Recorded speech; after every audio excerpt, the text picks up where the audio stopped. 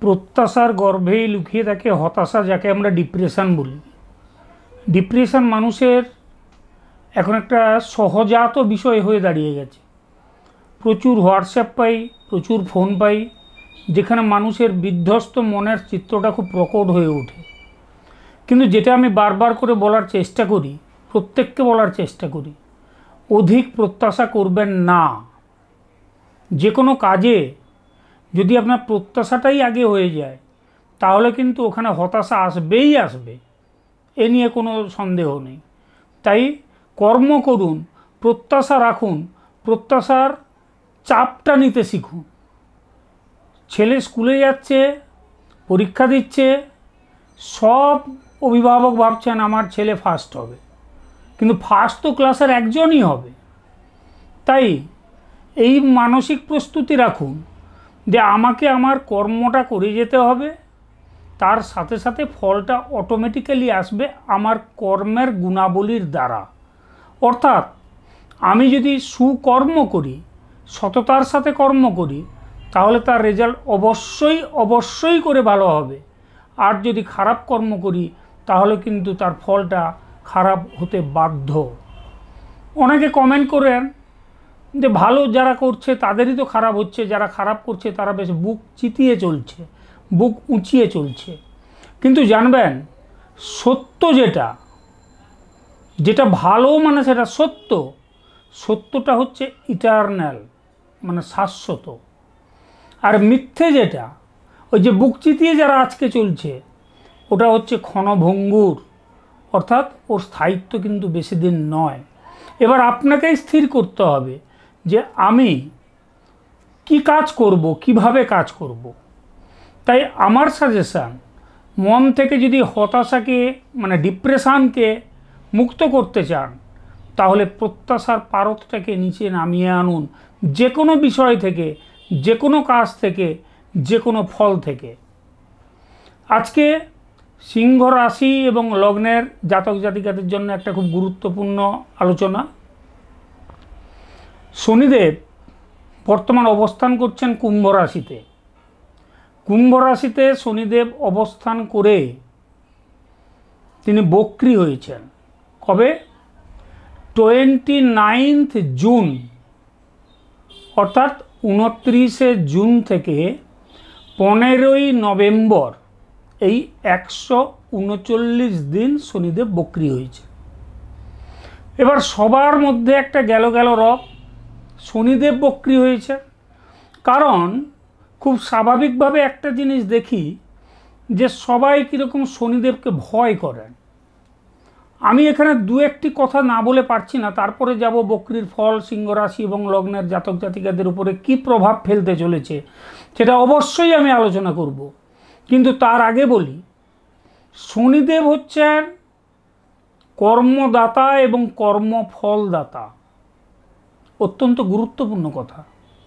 কর্মদাতা মানে কি না, যারা আমরা কর্মের খোঁজে আছি সেই কর্ম তিনি আমাদের দেন। আবার কর্মফলদাতাটা কি না, কর্মফল বলতে আমরা বুঝি এই যে একটু আগে যেটা আলোচনা করলাম, যে আমার যে কাজের রেজাল্ট, প্রত্যেকটা কাজের একটা ফল আছে, সেই ফলটা যদি আমার ভালো হয় তাহলে শনিদেব দুহাত ভরে আশীর্বাদ করে। আর যদি খারাপ হয় তাহলে সেই ফলটা দিতেও কিন্তু তিনি পিছপা হন না। এই কারণে শনিকে ভয়। তো শনিকে ভয় কারা করবে না, যারা ব্যক্তিগতভাবে সততার থেকে একটু দূরে থাকেন, যাদের মধ্যে ছলনা, প্রতারণা, প্রবঞ্চনা এইগুলো থাকে, যারা অধিক মাত্রায় নেশায় আসক্ত, এই সমস্ত মানুষ শনিদেবের থেকে একটু দূরে থাকবেন, শনিদেবকে ভয়ও পাবেন। কিন্তু যারা সততার পথে চলেন, যাদের লাইফ ডিসিপ্লিন লাইফ, যাদের মধ্যে দয়া আছে, মানবতা আছে, গুরুজনের প্রতি শ্রদ্ধা রয়েছে, তাদের কিন্তু শনিদেবকে ভয় পাওয়ার কোনো কারণ নেই। হ্যাঁ, এক্ষেত্রে দেখতে হবে আপনার যেটা ন্যাটাল চার্ট, অর্থাৎ আপনার যেটা পার্সোনাল হরোস্কোপ, সেই হরোস্কোপে শনিদেব কোন ঘরে রয়েছে, শনিদেবের ওপর কোন প্ল্যানেটের অ্যাসপেক্ট আছে, শনিদেবের কানেক্ট কানেক্টেড হাউসগুলো কোনগুলো, এগুলো অনেক কিছু ম্যাটার করে।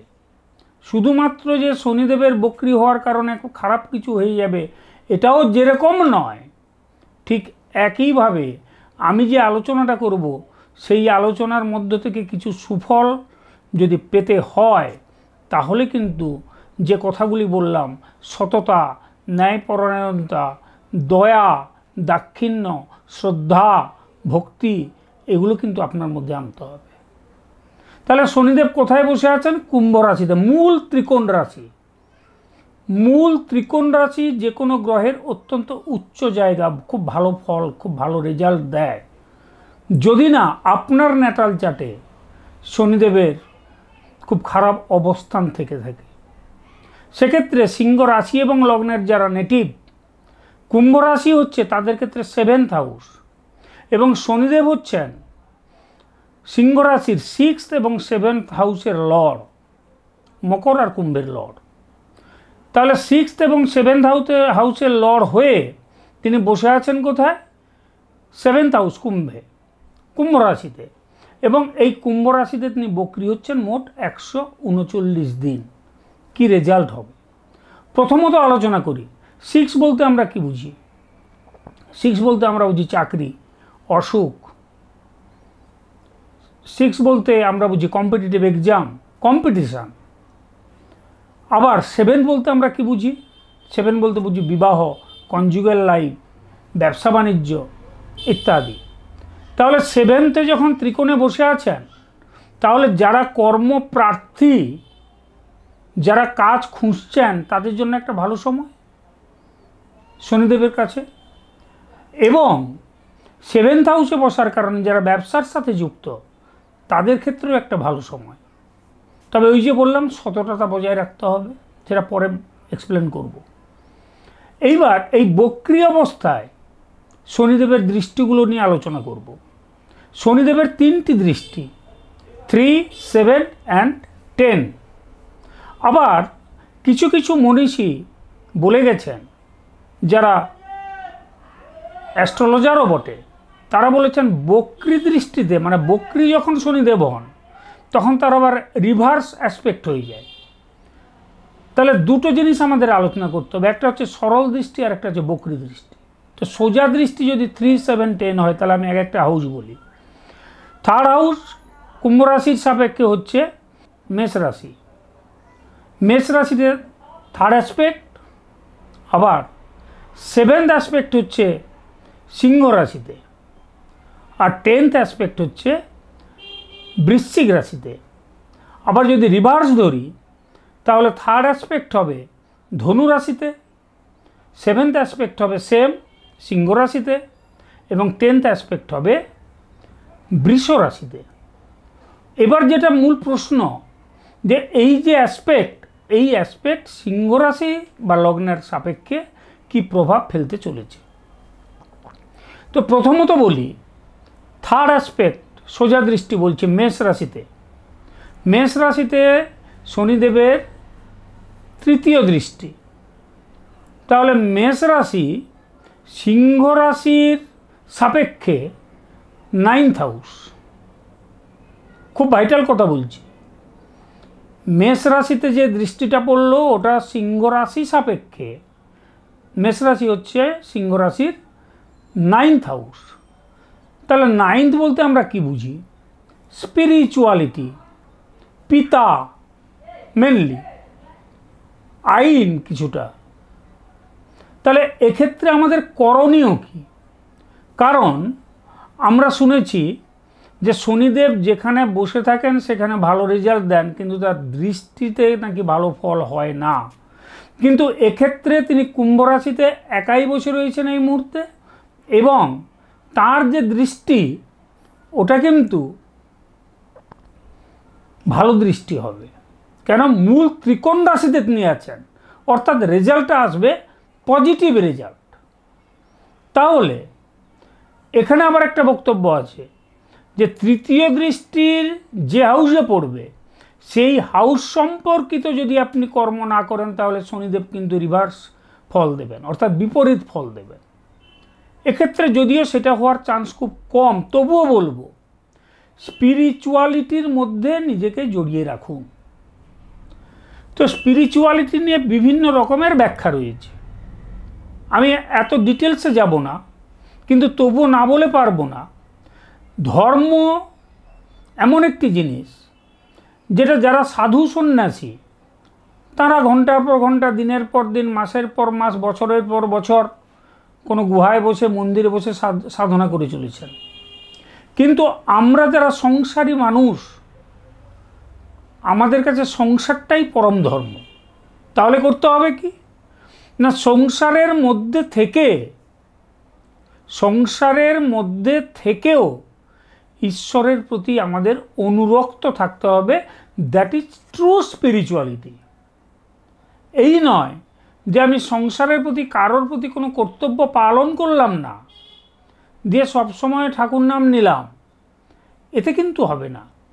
কারণ সংসারের জীব হিসেবে আমাদের উচিত সংসারের সবার প্রতি কর্তব্য যেমন পালন করব, সঠিকভাবে করার চেষ্টা করব, ঠিক একইভাবে ঈশ্বরের প্রতিও অনুরক্ত থাকব। তাহলে এই গেল স্পিরিচুয়ালিটি। বাবার সাথে আপনার সম্পর্ক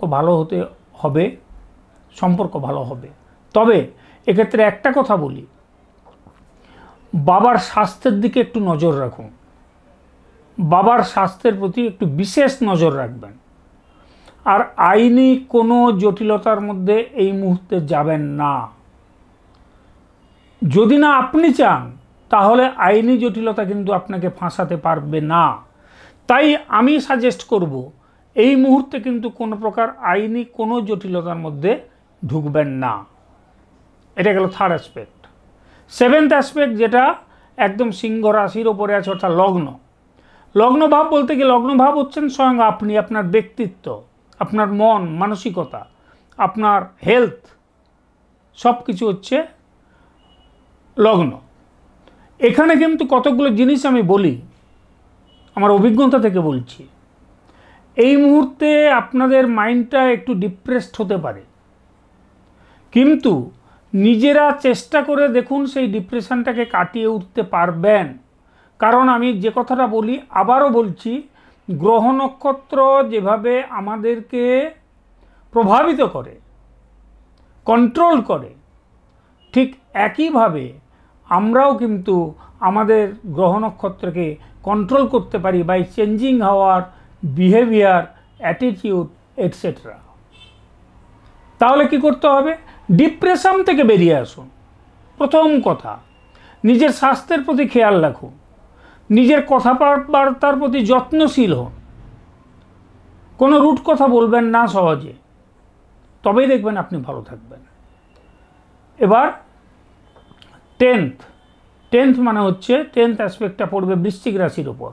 বৃশ্চিক রাশি হচ্ছে সিংহ রাশি সাপেক্ষে ফোর্থ হাউস। ফোর্থ হাউস বলতে আমরা কি বুঝি?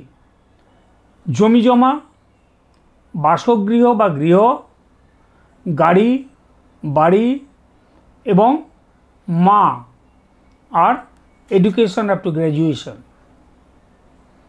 তাহলে এখানে পরপর বলি, জমি জমা সংক্রান্ত যদি কোনো প্রকার কোনো ঝামেলা থেকে থাকে, তাহলে অবশ্যই করে এটা মেটার সম্ভাবনা আছে। তবে আপনি কিন্তু সবসময়ের জন্য চেষ্টা করবেন যে যাতে কোনো ঝামেলার মধ্যে না জড়াতে হয়। একটু যদি স্বার্থ ত্যাগ করলে ব্যাপারটা মিটে যায়, তাহলে ওখানেই ওই ব্যাপারটাকে মিটিয়ে নেওয়ার চেষ্টা করুন। এবং নতুন বাড়ি যদি কিনতে হয়, তাহলে এই মুহূর্তে দেখাশোনা করতে পারেন, সে যোগও চলছে। নতুন গাড়ি কেনার ক্ষেত্রেও তাই। এবং মায়ের সাথে আপনার সম্পর্ক ভালো হবে অবশ্যই। তবে মায়ের স্বাস্থ্যের দিকে একটু নজর রাখবেন, মায়ের শরীরের দিকে নজর রাখবেন, মায়ের প্রতি আরও যত্নশীল হন, আরও শ্রদ্ধাশীল হন, তবেই দেখবেন ফোর্থ হাউস থেকে সব ভালো রেজাল্ট আপনি পেতে পারবেন। অবশ্যই আপনারা মায়ের প্রতি শ্রদ্ধাশীল, ভক্তিশীল, কিন্তু তবুও আমি সাজেস্ট করব যে আরও শ্রদ্ধা, আরও ভক্তি, কারণ পিতৃমাতৃ ঋণ কোনো দিন শোধ করা যায় না। তাই এই যে শ্রদ্ধা ভক্তি, এই শ্রদ্ধা ভক্তির কোনো প্যারামিটার নেই যে কতটা শ্রদ্ধা করলে কি ফল হবে। আমি তো বলবো যে কোনো প্রকার কিছু না ভেবে একদম মনের অন্তঃস্থল থেকে যে শ্রদ্ধা উৎসাহিত হয়, সেই শ্রদ্ধা পিতামাতার প্রতি জ্ঞাপন করাটাই শ্রেয়। এবং তার সাথে সাথে আরেকটা কথা বলবো যারা পড়াশুনো করছেন, ছাত্র কিংবা ছাত্রী, তাদের জন্য বারবার করে বলতে চাইছি, এই সময় একেবারে অমনোযোগী হবেন না। পড়াশোনায় প্রচণ্ড পরিশ্রম করুন, কোনোভাবে ফাঁকি দেওয়ার চেষ্টা করবেন না, শর্টকাট ওয়েতে বেশি মার্ক পাওয়ার চেষ্টা করবেন না। শর্টকাট ওয়ে শনিদেব একদম কিন্তু সহ্য করতে পারেন না। তিনি হচ্ছেন কর্মের দেবতা, কর্মের গ্রহ। তাই কর্ম যদি আপনি সঠিক করেন, সঠিক যদি আপনি হার্ড ওয়ার্ক করেন, তাহলে কিন্তু আপনার ভালো রেজাল্ট কেউ আটকাতে পারবে না, এটা সুনিশ্চিত জেনে রাখুন। এবং এই সময় বেশি মোবাইল, ল্যাপটপ এইগুলো বেশি ঘাঁটাঘাঁটি করবেন না, নিজের পড়াশোনায় মনোনিবেশ করুন, তাতে আপনার খুব ভালো হবে। এইবার যেটা আসবো, সেকেন্ড ফেজে বলেছিলাম যে বক্রী দৃষ্টি। বক্রী দৃষ্টি যদি হয় তাহলে থার্ড অ্যাসপেক্ট কোথায় যাবে? ধনুরাশি। ধনুরাশি হচ্ছে সিংহ রাশি সাপেক্ষে ফিফথ হাউস। ফিফথ হাউস বলতে কি বোঝায়? সেলফ প্রফেশন, ট্যালেন্ট, সৃজনশীলতা, বিনোদন এবং প্রেম, এই সমস্ত জিনিস, সন্তান। তাহলে যারা সৃষ্টিশীলতার সাথে যুক্ত আছেন, সিনেমা, যাত্রা, থিয়েটার এবং যারা খেলাধুলার সঙ্গে যুক্ত আছেন, ওখানে কিন্তু আপনারা ভালো রেজাল্ট করতে পারবেন, আপনারা ভালো ফল আশা করতেই পারেন, খ্যাতি ছড়িয়ে পড়তে পারে আপনাদের। এবং বিশেষ করে যারা সন্তানের প্রত্যাশী, এই সময় কিন্তু আপনারা সন্তান গ্রহণ করতে পারেন, খুব ভালো সময়। আর আরেকটা কথা বলবো, এখানে কিন্তু খুব পরিষ্কারভাবে বলে দিচ্ছি সন্তানের সাথে সম্পর্কটা কেমন রাখবেন। এখানে যদি আপনি দেখেন, কারণ আমি বুঝতে পারছি না আপনার ন্যাটাল চার্টে শনিদেব কী অবস্থায় রয়েছেন, এখানে যদি দেখেন যে সন্তানের সাথে কোনোভাবে ডিফারেন্স অফ ওপিনিয়ন হচ্ছে, তাহলে কোনো হার্ড লাইন নেবেন না। অর্থাৎ একেবারে কঠোর কোনো সিদ্ধান্ত, কঠোর লাইন নেবেন না, একটু মিলিয়ে চলুন, মানিয়ে চলুন, তাতে দেখবেন আপনার এবং আপনার সন্তানের মঙ্গল হবে। এবং এই সময় সন্তানের পড়াশোনা ভালো হওয়ারও যোগ আছে। সেক্ষেত্রে আপনাকে একটু সুপারভিশন করতে হবে, একটু তদারকি করতে হবে, একটু দায়িত্ব নিতে হবে। কারণ আপনি যদি দায়িত্ব নেন, তাহলে আপনার সন্তান অবশ্যই পড়াশোনাটা ভালোভাবে করবে। সেলফ প্রফেশন, অর্থাৎ যারা অ্যাডভোকেট, লয়ার, যারা অ্যাস্ট্রোলজার, যারা ডক্টর, এদের জন্য ভীষণ ভালো সময় এই সময়টা। এই সময়টা আপনাদের খ্যাতি চতুর্দিকে ছড়িয়ে পড়ার যোগ রয়েছে। তবে যেটা বারবার করে বলতে চাইছি, এটা কিন্তু হচ্ছে একটা জেনারেল প্রেডিকশান। অনেকে বলেন আমারটা বেশি মিলছে, আমারটা কম মিলেছে, এই সমস্ত কথা। আমি যেটা বারবার করে ভিডিওর মাঝে মাঝে বলে চলি, যে এটা হচ্ছে কিন্তু একটা জেনারেল প্রেডিকশান। আপনার সঠিক প্রেডিকশান যদি করাতে হয়, তাহলে আপনার ন্যাটাল চার্ট কোনো বিশ্বস্ত অ্যাস্ট্রোলজারের কাছে আপনি প্রেডিকশান করিয়ে নিন। তাতে দেখুন শনিদেব কী রেজাল্ট দেবেন এর বক্রী অবস্থায়, কিংবা আপনার সামগ্রিক কী পরিস্থিতি শনিদেবের রয়েছে আপনার চার্টে, সেটা আপনার কর্মে কিভাবে প্রভাব বিস্তার করবে, সেটা ওখান থেকে পরিষ্কারভাবে বোঝা যাবে। এবার সেভেন্থ হাউস মানে সেভেন্থ অ্যাসপেক্ট বলেছিলাম, সিংহ রাশির ওপরে অ্যাসপেক্টটা থাকবে। এইবারে 10th অ্যাসপেক্ট, এটা রিভার্স করছি, বৃষ রাশিতে পড়বে। বৃষ রাশি মানে হচ্ছে সিংহ রাশি সাপেক্ষে 10th হাউস, একদম সুন্দর, একদম গোল্ডেন পিরিয়ড। 10th হাউস বলতে আমরা কর্ম বুঝি, নেম ফেম বুঝি। তাই এই সময়ে আপনি যদি নতুন কোনো কর্মে জয়েন করে থাকেন, তাহলে অবশ্যই ভালো হবে। যদি আপনি কর্মপ্রার্থী হন, তাহলে কিন্তু আপনার কর্ম পাওয়ার আশা আছে। আর যদি আপনি চাকরি করছেন, তাহলে আপনার বস আপনার উপরে সদয় হতে পারেন। আর বস সদয় হলে কি কি হতে পারে, যার যিনি চাকরি করছেন আপনি তো অবশ্যই বুঝতে পারছেন। তার সাথে সাথে যারা রাজনীতি করছেন, রাজনীতির সাথে যারা যুক্ত, তাদের ক্ষেত্রেও এটা অত্যন্ত ভালো সময়, কারণ নেম ফেম এই অবস্থায় আসতে পারে। তাই বলছি যে এই যে অ্যাসপেক্টগুলো আলোচনা করলাম, এই অ্যাসপেক্টগুলোর মধ্য দিয়ে যদি জিস্ট আমি করি, তাহলে কি দাঁড়ালো জিস্টটা? না, নিজের সাহসিকতাকে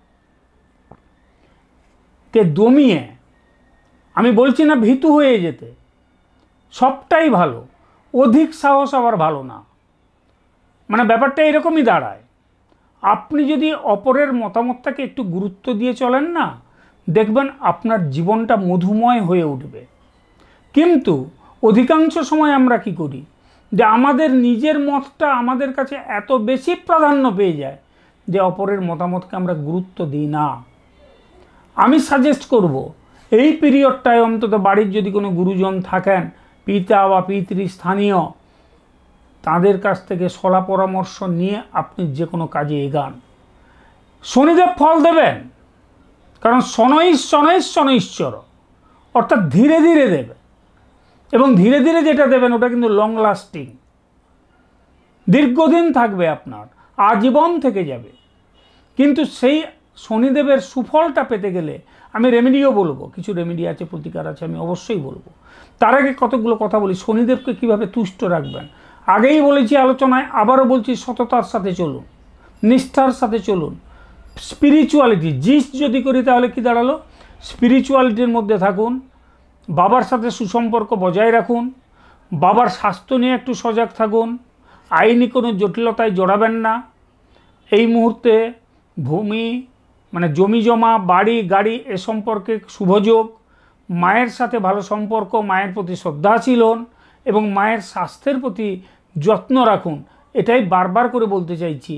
আর কি হবে, যারা কর্ম করছেন বা যারা কর্মপ্রার্থী উভয়ের জন্যই কিন্তু এটা অত্যন্ত ভালো সময়। তাই ঘরে না বসে থেকে সিভি নিয়ে এবার ছুটুন বিভিন্ন অফিসে, দেখবেন চাকরি পেলেও পেয়ে যেতে পারেন। তার সাথে সাথে যারা সৃষ্টিশীলতার সাথে যুক্ত রয়েছেন, বিনোদনের সাথে যুক্ত রয়েছেন, তাদের ক্ষেত্রেও অত্যন্ত ভালো সময়। একটা পয়েন্ট খুব ভাইটাল, যারা এই মুহূর্তে প্রেমের মধ্যে রয়েছেন, প্রেমের সম্পর্কের মধ্যে রয়েছেন, তাদের ক্ষেত্রে কিন্তু একটা কথা আমি বারবার সাবধানতা করে দিচ্ছি, যে সম্পর্কের প্রতি অনেস্ট থাকুন। সে আপনি যেই হন না কেন, সম্পর্কের প্রতি, রিলেশনশিপের প্রতি আপনি অনেস্ট থাকুন, না হলে কিন্তু শনিদেব খারাপ ফল দিয়ে দেবেন। কারণ শনিদেব এমন একটি প্ল্যানেট যিনি কখনো ডিসঅনেস্টিকে পছন্দ করেন না, সহ্য করতে পারেন না, এবং একে বলা হয় the master of all planets. অর্থাৎ সমস্ত প্ল্যানেটদের মধ্যে ইনি হচ্ছেন সেই কড়া শিক্ষক যিনি একবারও সুযোগ দেন না, একবার ভুল হলেই তার শাস্তি পেতে হয়। তাই শনিকে আমরা এত ভয় পাই। যাই হোক, এই কতগুলো কথা, এই সব ব্যাপার আপনার সাথে ঘটবে। তার সাথে সাথে কয়েকটা রেমেডি বলে দিচ্ছি, এটা মাথায় রেখে দিন। প্রত্যেক দিন ওং সং শনৈশ্বরায় নমঃ এই মন্ত্রটা 108 বার জপ করুন, খুব উপকার পাবেন। দশরথকৃত শনির স্তোত্র পাঠ করুন কিংবা শুনুন, আমার এই চ্যানেলেই ভিডিও দেওয়া আছে, তাতে কিন্তু দশরথকৃত শনি স্তোত্র পাঠ করা আছে।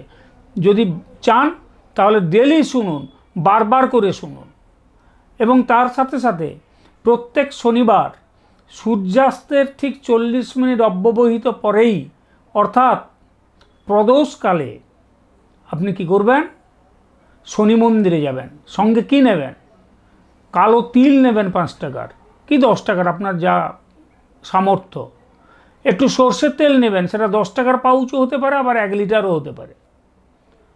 এইটা নিয়ে গিয়ে ঠাকুরমশাইকে বলুন আপনার নাম গোত্র ধরে শনিদেবের পায়ে অর্পণ করতে। এটাকে বলে তৈলাভিষেক।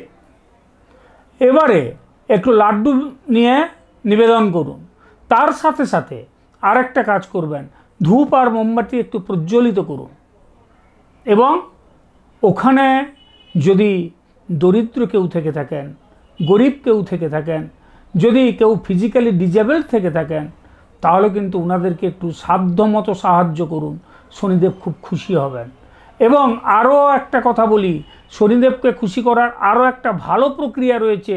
যদি আপনি পশুদেরকে প্রেম করতে পারেন, অর্থাৎ পশুপ্রেমী যদি আপনি হন, কুকুর বিড়াল এদেরকে যদি আপনি ভালোবাসেন, তাহলে শনিদেব অত্যন্ত প্রীত হন। তাই রাস্তায় কোনো কুকুরকে দেখলে একটা 5 টাকার বিস্কুট প্যাকেট কিনে দেন না। দেখুন, এগুলো কিন্তু আমরা নিত্য নৈমিত্তিক করতে পারি, এর জন্য বিরাট কিছু অর্থের প্রয়োজনীয়তা হয় না, কিন্তু দরকার মানসিকতার। একটু দান করুন। কাকে দান করবেন, গরিব অথর্ব মানুষকে দান করুন।